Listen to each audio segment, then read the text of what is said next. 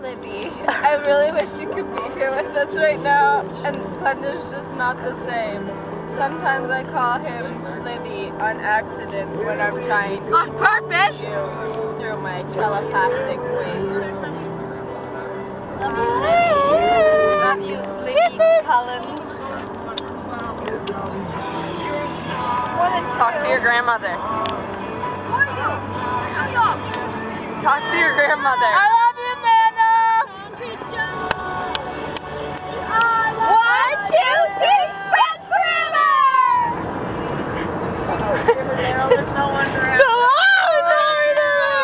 I told you you gotta see us. Okay, go, go.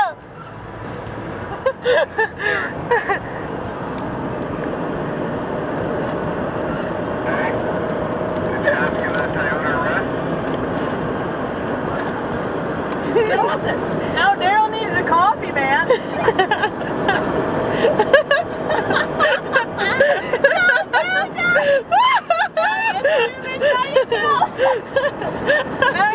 Okay, it's recording now. Oh, I thought you were just gonna take a picture. I tried.